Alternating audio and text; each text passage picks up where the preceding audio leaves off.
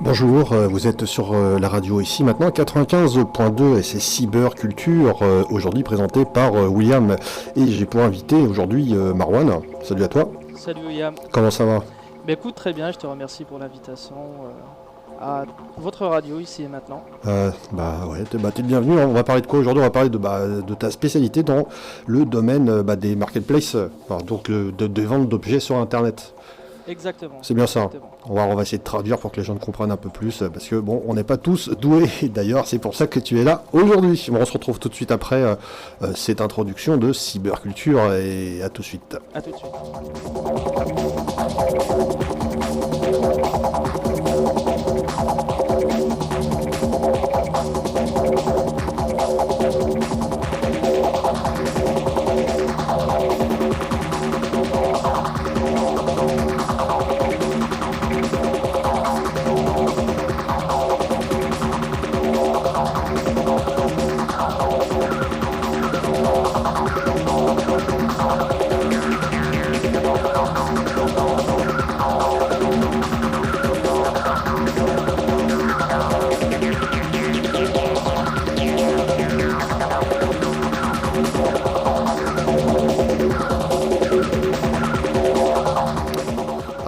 Radio ici maintenant, c'est Cyberculture. On est avec Marwan et on va parler d'ici quelques instants de e-commerce, de vendre, comment vendre ses objets sur Internet, toute la sécurité, même si nous on a envie de vendre, parce que c'est pas évident, surtout en ce moment, en ce temps de crise. Arrête-moi si je dis des bêtises. Faut bien arrondir ses fins de mois. Ça c'est un fait. Déjà aussi, bonjour à nos amis les chatteurs. Donc sur chat.rim952.fr, c'est notre chat qui est ouvert le samedi de 14h à 18h et qui vous permet d'échanger avec nous en temps réel, bien sûr. Les règles, il n'y en a pas. Il suffit simplement de mettre un login et pas de mot de passe, parce que nous, il n'y a pas de mot de passe, vous mettez ce que vous avez à mettre en avant. Tout à l'heure, je te parlais un petit peu avant de s'introduire là-dessus, on va parler un petit peu d'une revue de presse, que j'aime bien faire ma petite revue de presse informatique de la semaine, et surtout les choses qui vont un peu plus marquer, et même de manière, logique. Là, je t'en parlais tout à l'heure, YouTube aujourd'hui donc retourne aux films entiers illégaux. Qu'est-ce que je ne sais pas si toi tu as testé, parce que c'était une chose qui a été remarquée soi-disant par le Wall Street Journal, donc aux États-Unis, mais on n'avait pas besoin d'eux pour le remarquer. Il suffit aujourd'hui de taper sur Google tout simplement film en entier, FR, ce qui veut dire en français, et on obtient un listing assez important de films en entier de 1h30, 2h. Le film qui est en entier, qu'est-ce que tu en penses de ça?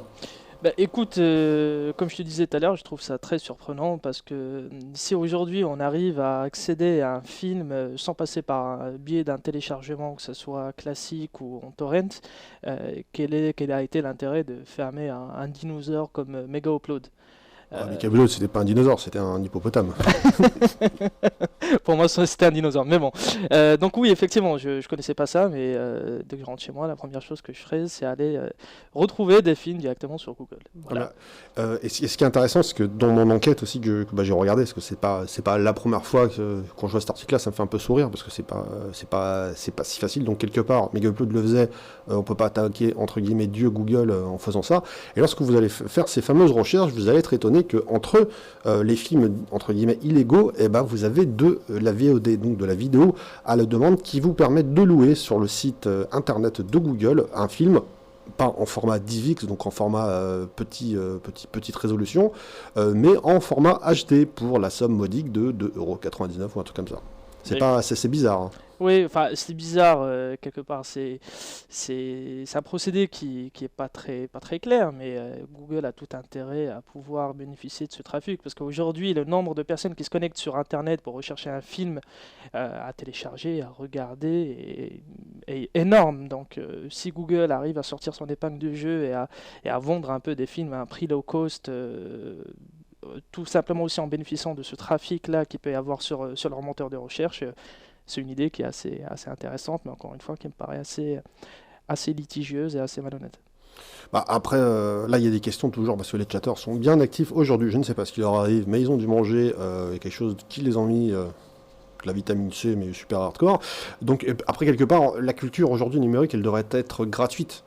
L'accès à la culture Bien sûr, numérique. bien sûr, bien sûr, mais c'est ça la spécificité d'Internet, c'est que Internet te donne accès à l'information, à des services, à des produits gratuitement. Donc moi je suis personnellement pour et favorable à une liberté totale sur Internet. Maintenant effectivement on constate que il y a des contre-pouvoirs, des structures, en tout cas des personnes qui veulent tout simplement brider cette liberté sur Internet. Mais bon, c'est quelque chose qui est classique. Il y a des gens qui s'estiment être lésés, tous les acteurs, tous les producteurs, etc. Mais nous, en tant qu'internautes, on a tout intérêt à aller sur Internet, parce qu'aujourd'hui, entre acheter un film dans une enseigne à 19 euros et puis le télécharger gratuitement sur un site torrent 20 minutes, bon, le choix est très rapidement fait. Pour ma part, en tout cas. Pour ta part, ok. Bon, alors, bon, vous pouvez réagir hein, si ça vous dit si vous pouvez réagir là-dessus, mais bien sûr, on va se consacrer au thème. J'ouvre au moins une voie pour que vous puissiez discuter là-dessus. Donc 08 92 23 95 20, 08 92 23 95 20, donc pour déjà réagir dans cette première partie d'émission. Donc revenons un petit peu aussi sur les chatteurs qui ont l'air de s'inquiéter pour Olivier de la hotline. Je ne sais pas où ça en est, je ne sais pas s'il est encore malade. Ce sera la surprise du jour, s'il est présent ou pas pour la hotline. Mais vous ne vous inquiétez pas, il reviendra à Bibac. On va parler un petit peu aussi, avant de rentrer sur notre dossier, du jailbreak ISO du 6. Donc j'en peux parler. Le jailbreak pour le iOS 6, donc évasion, téléchargé plus de 7 millions de fois sur ces 4 derniers jours. Que ça te dit quelque chose, le jailbreak, forcément, voilà. Donc avec la mise à jour donc, de l'iOS 6.1 est arrivée depuis quelques jours plus tard la méthode donc, de jailbreak qui s'appelle Évasion, donc écrit en mode Juarez, donc le O qui se transforme en 0. Donc il profite d'une faille non colmatée dans la dernière mise à jour. Elle a été utilisée par 7 millions d'utilisateurs de l'iOS 6, permettant donc de jailbreaker le fameux iOS. Bon.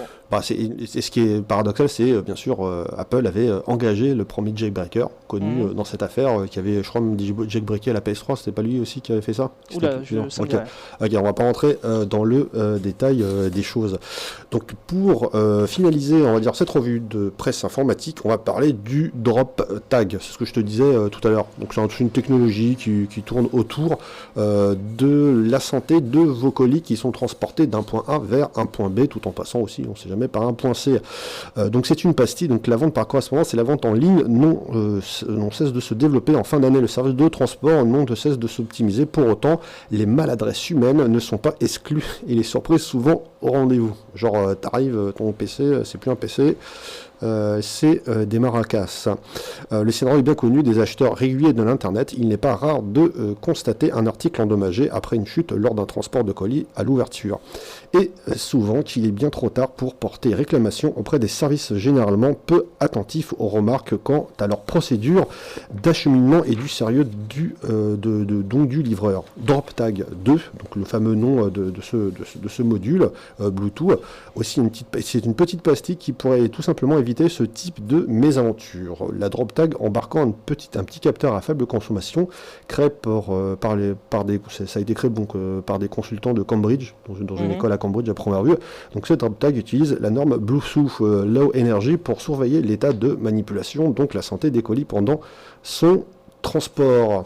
Donc au fur et à mesure, s'il y a quelque chose qui se passe, il est capable de transférer au fur et à mesure l'état, et tu peux taper sur les doigts du mauvais livreur. Je sais pas ce que tu en penses, ça. Écoute, moi je suis amené à rencontrer cette situation très régulièrement de par l'activité que j'ai aujourd'hui. Et effectivement, ce que tu dis est très intéressant parce que l'un des risques aujourd'hui quand tu achètes un produit sur Internet, c'est que tu reçoives un produit qui est tout simplement cassé ou endommagé. Maintenant, il faut savoir que les acheteurs sont perdants, mais enfin, ça dépend sur quel site tu as acheté ton produit.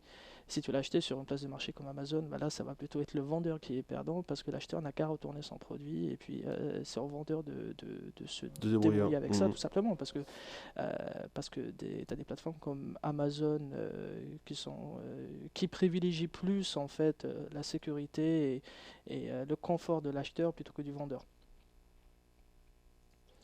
Voilà. D'accord. Bon, on va entamer notre partie principale de notre émission Cyberculture aujourd'hui. Donc, on va parler de marketplace, donc d'échange, de vente. Nous, en tant que particulier, est-ce que je peux vendre sur Internet? Moi, en tant que personne qui achète, est-ce que c'est sécurisé? Ah oui, complètement. Voilà. Complètement. Donc, on va en parler d'ici quelques instants. On va faire une petite respiration musicale. Faut y aller tranquillement, et on se retrouve tout de suite après cette petite musique.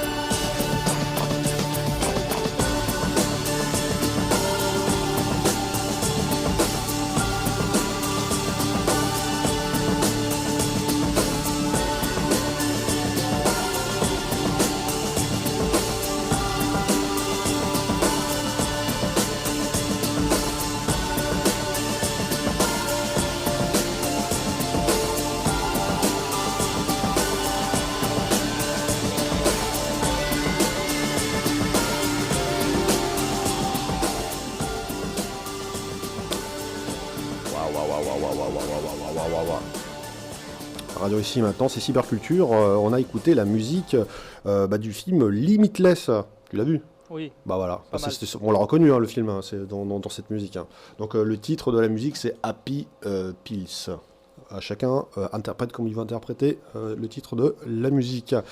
Donc, re-salut à vous les chatteurs. Donc c'est Radio Ici Maintenant 95.2. Vous pouvez aussi nous retrouver sur notre site internet. On a un site, ça arrive, www.icietmaintenant.com. Vous pouvez retrouver bien sûr l'ensemble des émissions de notre radio. Et aujourd'hui on est avec Marwan à Cyberculture et on parle de marketplace, d'objets, de vente, de sécurisation. Donc on va commencer par la première partie.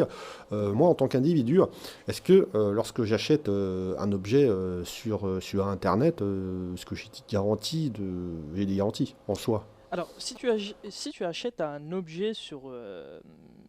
Enfin, il faut distinguer d'abord les marketplaces des sites classiques. Prenons un exemple assez concret. Tu achètes aujourd'hui un produit sur une place de marché comme Amazon. Effectivement, tu as toutes les garanties possibles et imaginables. Dans le sens où, aujourd'hui, il faut savoir que les marketplaces privilégient les acheteurs parce que c'est ce qui leur coûte de l'argent. L'acquisition de gens qui vont venir sur leur site, qui vont se dire tiens, je vais acheter un produit aujourd'hui et j'aimerais le recevoir dans 48 heures. Voilà. N'importe qui peut se connecter sur le site comme Amazon, mais il y en a d'autres, hein, comme Fnac, Cdiscount ou autres, et acheter un produit avec un certain nombre de critères d'exigence comme la qualité du produit, est-ce que c'est un état qui est neuf, qui est occasion, un prix, mais surtout un délai de livraison. Donc là, sur la première partie de ce que tu dis, il faut quand même faire un minimum d'effort pour lire la fiche. Oui, bien sûr. Enfin, un minimum d'effort.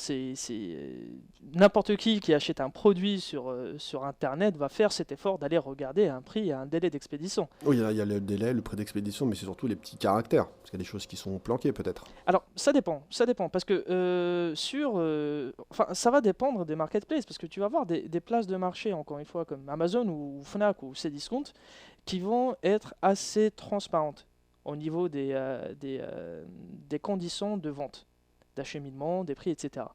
Si tu prends des sites de diffusion d'annonces comme Le Bon Coin, bon bah là c'est assez particulier, c'est d'ailleurs entre particuliers, tu rencontres quelqu'un, tu achètes un produit, tu le payes en liquide et puis fin de l'histoire. Tu peux même négocier le prix d'ailleurs. Après, tu as une exception, c'est une plateforme un peu hybride qui se situe entre la marketplace et le site de diffusion d'annonces. En tout cas, c'est mon point de vue, c'est comme ça que je le vois. C'est eBay. Alors eBay, il sécurise quelque part les transactions en passant par leur système PayPal, qui d'ailleurs n'est pas gratuit, mais chaque vendeur a la possibilité d'imposer ses propres conditions de vente et d'envisager la transaction selon ses propres paramètres à lui, ses propres conditions. Voilà, donc effectivement, pour répondre à ta question, tu vas avoir des marketplaces où la transaction est complètement sécurisée, ou d'autres qui sont un peu plus risquées. Ok. Voilà. Ok, juste un instant.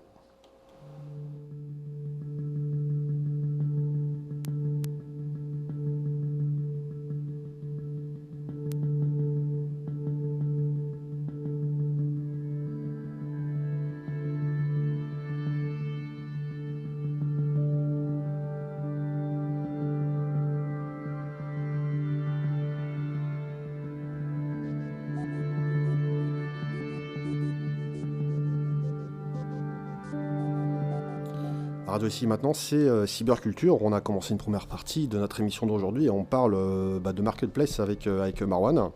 Heureux. Exact. Oui, William. Oui, non mais ça c'est une petite respiration, on aime bien respirer. Hein. Donc là, revenons à ce que tu disais. J'étais un peu coupé la chic. C'est pas grave. Caramba. Ok. Donc, oui, effectivement, monsieur n'importe qui, madame tout le monde, monsieur tout le monde peut se connecter sur un site. En fait, aujourd'hui, quand tu veux acheter un produit, tu as deux choix. Ou bien tu vas aller sur un magasin physique, un point de vente, Fnac ou autre. Tu vas trouver ton produit, tu vas le prendre tout de suite, tu vas l'acheter, le prix est affiché, fin de l'histoire. Ou bien tu vas aller sur Internet, taper la recherche de ton produit, avoir un certain nombre de propositions qui vont apparaître à des prix qui sont différents. Maintenant, un peu, c'est au petit bonheur la chance. Tu peux choisir d'acheter ton ton produit sur Amazon, sur Fnac, sur Cdiscount, sur un site d'un marchand, n'importe qui.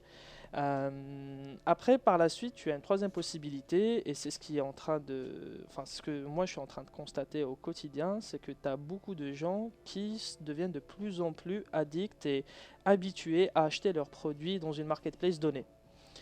Par exemple, chez Amazon, c'est facilité à l'extrême dans le sens où tu as même tes informations bancaires qui sont enregistrées, et je le dis, il n'y a pas de risque à ce niveau-là, parce que c'est un point qui est très important. Tu as ton numéro de carte qui est enregistré, tu as vu un produit, tu cliques dessus, ajouter au panier, boum, tant que c'est pas expédié, tu peux annuler ta transaction. À partir du moment où c'est expédié, tu reçois ta transaction et tu es débité dans la foulée. Voilà, le sensor vient d'arriver comme d'habitude en avance. Comme d'hab. Comme d'hab. Comment ça va? Ça va, je te remercie. Tu viens de prendre l'émission en cours, hein, Oui. comme d'hab. Mais je connaissais le sujet à l'avance. D'accord. Ah, pas mal. Parce qu'on prépare les sujets, ce qui paraît. Ouais, on prépare. Enfin, tu prépares. Alors, la sécurisation, là, on va juste faire une petite parenthèse sur la sécurisation du stockage des cartes bleues là, c'était quoi? C'était Amazon. Mais aujourd'hui, Amazon, quelque part, ils ont la même sécurisation qu'une banque. Ah oui, complètement. Complètement, ils ont la même sécurisation qu'une banque avec toutes les garanties derrière. Dans le sens où aujourd'hui, enfin en tout cas à ma connaissance, on n'a jamais eu le retour d'un acheteur qui s'est dit je me suis fait avoir, j'ai été débité d'un produit alors que je n'étais pas censé le recevoir. En tout cas, encore une fois, à ma connaissance. Il n'y a pas eu de bug. Il n'y a pas eu de bug, voilà. Et même s'il s'avère qu'il y a un problème, comme je le disais au début, Amazon capitalise plus sur les acheteurs que sur ses fournisseurs, ses vendeurs ou autres. Donc en fait, c'est plutôt le client est roi. Ah, mais complètement. Enfin, aujourd'hui, Amazon, c'est des Boy Scouts. Le client, en fait, est... nous, en tant qu'individu qui va acheter un livre, si on a une problématique, on va nous croire direct. Ah, on va te croire, bien sûr. Le bénéfice, en fait, le bénéfice du doute est toujours accordé à l'acheteur. Le vendeur est toujours présumé coupable. C'est Amazon. Comme je disais, c'est des Boy Scouts. Ils s'en foutent royalement des vendeurs. Pour eux, enfin, ils s'en foutent royalement, non, je suis un peu excessif. Privilégient plutôt, plutôt les acheteurs, effectivement, ouais, parce que comme je le disais, c'est ce qui leur coûte de l'argent. Pour eux, tout le monde veut venir vendre sur leur site, parce on parle quand même d'un site qui, en mois de novembre, a connu un pic de plus de 28 millions de visiteurs à IP unique sur un mois. Ils ont fait une journée de plus de 29 millions de commandes. Donc c'est un business qui marche. Alors ça, là tu me parles de chiffres, etc. C'est fortement intéressant. C'est-à-dire que c'est quand même un site influent, c'est une place de marché influente. Donc, toi tu dis ça marketplace. Moi je le dis en français. Donc c'est une place de marché où il y a un échange entre individus, clients et fournisseurs. Ok, ça c'est un fait. Mais tu m'avais dit un truc qui était super intéressant. C'est à un moment donné, on a une cotation en tant que vendeur sur eBay. Je crois que c'était eBay, on avait parlé d'eBay. Et si tu as un certain nombre de personnes qui te tapent sur le doigt et tu descends en dessous de 80% ou je crois que c'était 90%. Alors, ça va plutôt être Amazon. Il faut savoir qu'aujourd'hui, Amazon... J'ai même pas fini ma phrase. Vas-y. Ça veut dire que tu peux te faire blacklister, donc tu peux te faire interdire de marketplace définitivement parce que sur 20 ventes, tu as 3 personnes qui sont plaintes parce que au lieu d'avoir une chaussette rose, ils ont une chaussette transparente. Exactement. C'est exactement ça. En fait, pour essayer d'être encore plus clair, il faut savoir qu'aujourd'hui, les vendeurs sur Amazon ont des critères qui leur sont imposés par Amazon. Par exemple, le taux d'annulation de commande est de 1%. Ça veut dire que tu as un acheteur qui est venu, qui s'est connecté, qui a recherché un produit qu'il a acheté. Le vendeur s'aperçoit que ce produit-là, il n'a pas en stock. Il annule la commande. S'il annule, admettons que c'est quelqu'un qui vient juste de se lancer dans un business, qui s'est dit, bon, je vais vendre des bouquins sur Amazon. Il dépasse ce seuil d'annulation qui est de 1%. Il va recevoir un premier email de la part du service performance Amazon qui va lui dire, attention, vous ne correspondez pas, vous ne respectez pas les standards d'Amazon. Au bout de la deuxième fois, il va avoir un compte suspendu 48 heures. Alors, c'est quoi le service? Parce que performance, ça me fait un peu peur. Ça fait genre performance chiffre d'affaires ou c'est une performance qui surveille si il n'y a pas de blanche ou pas par rapport à ces fameux vendeurs. Est-ce qu'ils rentrent dans le... Là, j'ai bien compris qu'il faut qu'ils rentrent dans une norme, mais il y a quand même une surveillance. On surveille ces gens-là pour pas que ce soit des arnaques en ligne. On surveille constamment ces gens-là. Le service performance s'en fout royalement de ton chiffre d'affaires. Ok. S'en foutent. Donc performance, quelque part, c'est mal choisi. Ça veut dire plutôt, ça peut être des services de qualité.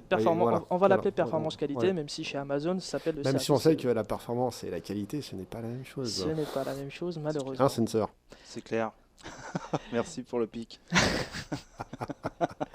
Et donc oui, comme je te disais, ce fameux service performance, appelons-le qualité ou performance ou comme tu veux, il est injoignable par téléphone. C'est des gens que tu n'auras jamais par téléphone. Incorruptible. Incorruptibles, ils sont basés au Luxembourg, même le service commercial ne te donnera jamais leur numéro de téléphone parce qu'ils l'ont pas. Si tu as dépassé, si tu n'as pas répondu à tes mails au-delà d'un certain pourcentage, si tu as des retards en livraison, si tu as annulé des commandes, si tu ne respectes pas les standards d'Amazon, tu vas venir un matin, tu vas ouvrir ton PC, tu vas te connecter à ton compte et ton compte est fermé. Et on s'en fout que tu fasses plus d'1 million d'euros de chiffre d'affaires parce que c'est pas ça qui compte. C'est quoi qui compte? Ce qui compte, c'est la satisfaction des acheteurs. Ok. Ça veut dire que si tu es en dessous de 90% d'évaluation positive sur Amazon, tu te fais fermer. Donc en gros, aujourd'hui, la réelle problématique sur une marketplace comme Amazon, et c'est une exception, c'est pas est-ce que je vais vendre mes produits. La question ne se pose même pas.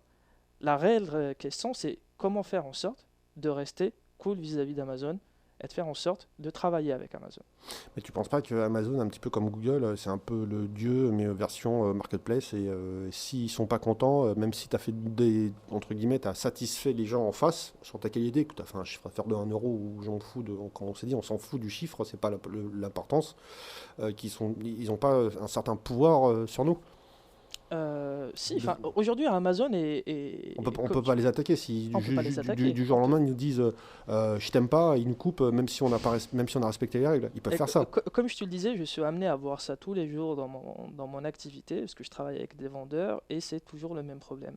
C'est des gens qui vendent, c'est des gens qui peuvent laisser des dizaines de milliers, voire même des centaines de milliers d'euros de commissions parce qu'Amazon ne travaille pas gratuitement, bien sûr, ils prélèvent des commissions sur les transactions. C'est pas un critère qu'ils prennent en considération. Ce qu'ils prennent en considération, c'est le fait que l'acheteur doit être satisfait. Il faut qu'il soit satisfait, c'est leur priorité, c'est leur logique. C'est des gens qui, tu prends n'importe quel, enfin, quand tu regardes la qualité des transactions pour les acheteurs, elle est optimum. Maintenant, effectivement, derrière, quelque part, c'est les vendeurs qui laissent des plumes. Ils y laissent des plumes parce que tout simplement, tu en parlais en début d'émission, c'est très intéressant. Tu as quelqu'un qui a expédié 500 colis en un mois, parce que c'est Noël, parce qu'il a des produits qui marchent bien, et ces produits sont restés bloqués à la poste, où il y a eu un vol à la poste ou autre.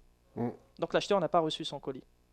Est-ce que tu crois qu'Amazon va essayer d'investiguer? Ils s'en foutent. Ils disent c'est ton problème, t'as qu'à gérer ça. Ils sont juste là pour récupérer la mise. Ils sont là pour faire en sorte que l'acheteur soit satisfait. C'est différent. Et faire remonter leur image de marque, parce qu'en Bien fait sûr. c'est ça Bien c'est sûr. les acheteurs qui véhiculent en fait l'image de marque. C'est les acheteurs qui véhiculent l'image de marque. La catégorie, les acheteurs sur Amazon, c'est des CSP+, donc c'est des gens qui regardent moins le prix que la qualité. À qualité égale, à qualité égale d'un produit donné, tu trouves un produit à 15 euros sur Amazon, tu le trouves à 20 euros sur eBay. Ou non, plutôt le contraire. Tu trouves à 20 euros sur Amazon et 15 euros sur eBay. Je te garantis que 70%, voire même plus, des gens, des acheteurs, vont aller l'acheter sur Amazon. Parce qu'ils savent que derrière, s'il y a un problème, ils déposent ce qu'on appelle une garantie AZ auprès d'Amazon et ils vont se faire rembourser. D'accord. Parce que ce qu'il faut savoir aussi, c'est que la transaction pour le vendeur n'est pas tout de suite effectuée. Il y a un délai. On va regarder d'abord si tu es quelqu'un qui est correct, on va geler tes fonds. Et même si ton compte est fermé, suspendu par Amazon, ton compte est fermé, tu ne veux plus vendre, par contre on va te dire honore tes transactions. Gère tes commandes qui sont toujours en cours. Fais en sorte que les acheteurs reçoivent leurs colis. Et après, on en rediscute. Mais la plupart du temps, on en rediscute. Ça veut dire que c'est la fin des haricots pour toi.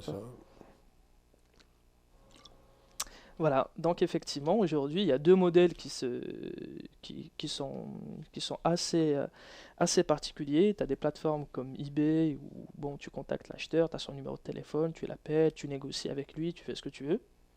Et tu as Amazon qui est quelque part la pierre angulaire du dispositif. Et quand on regarde un peu le marché français, qui est une exception, parce qu'il y a quand même 7 places de marché, il n'y a qu'en France où il y a ça dans le monde, il y a Cdiscount, Fnac, Price Minister, Pixmania, etc.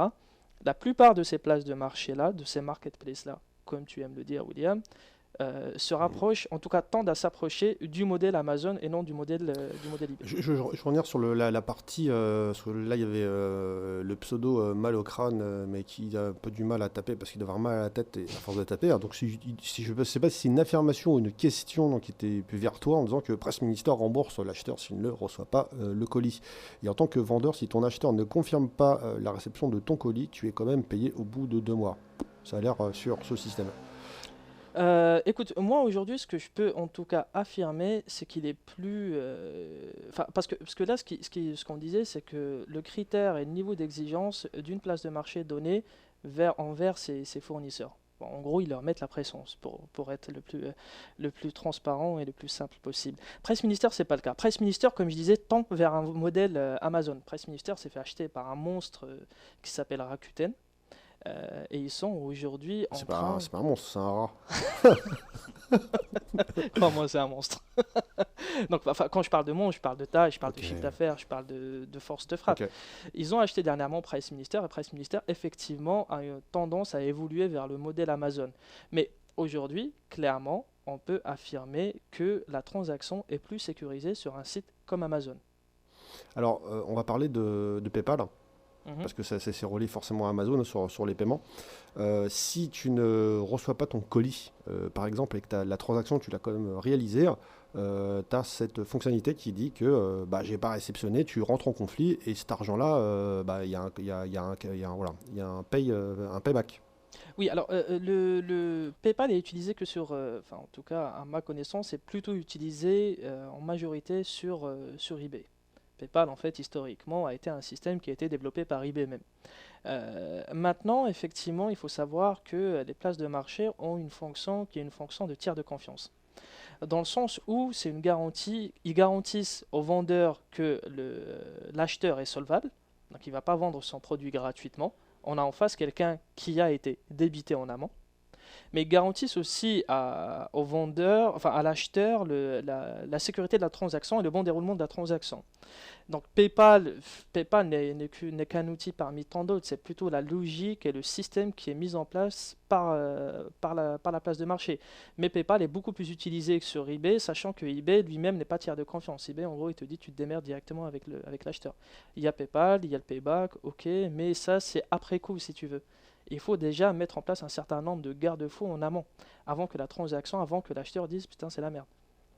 Ouais, mais on a bien compris que eBay ou d'autres services, ils aiment bien se décharger énormément de 99,9% des problématiques qui ne les concernent pas. Et c'est ça la différence fondamentale entre une place de marché comme Amazon et eBay. C'est qu'eBay va se décharger, va gérer le vendeur, va laisser le vendeur gérer sa relation client.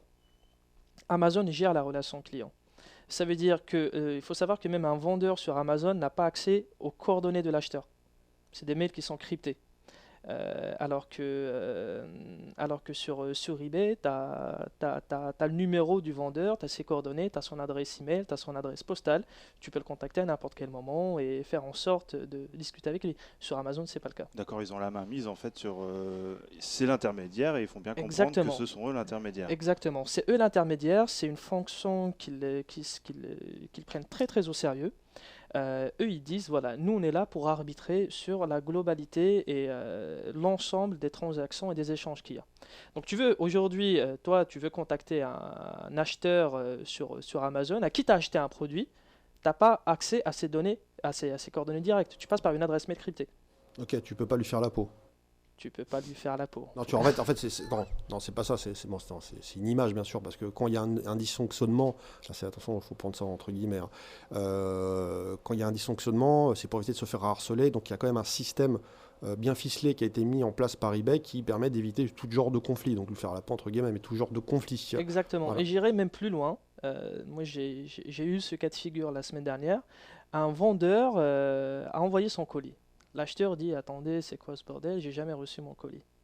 Le vendeur affirme qu'il l'a reçu parce qu'il y a un numéro de suivi. Mhm. D'accord? Il s'emporte un peu, il envoie un mail via l'adresse mail cryptée d'Amazon en le traitant un peu Ouais, de normal, nom d'oiseau. voilà, L'acheteur saisit Piou. Amazon piou.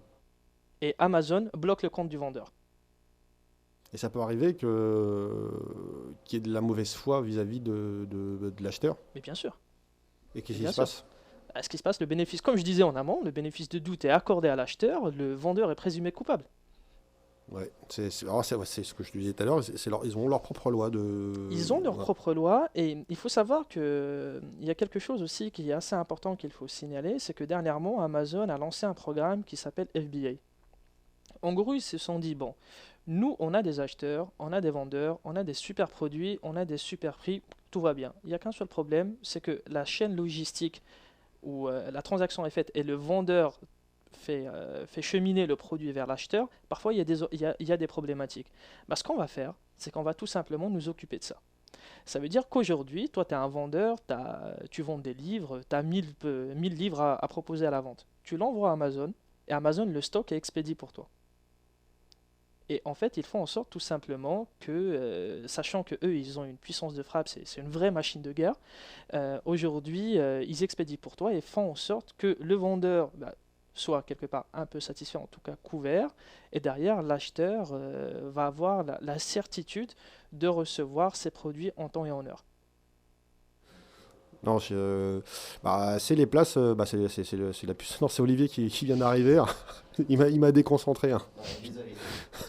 C'était juste une parenthèse sur les antivirus. Je dis, ouais, t'as un problème d'antivirus parce qu'il a eu la grippe et le virus de la grippe.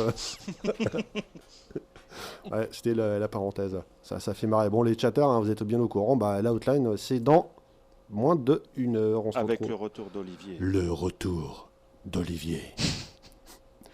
Alors, eBay, les places de marché, tu veux rajouter quelque chose là-dessus, hein? Non.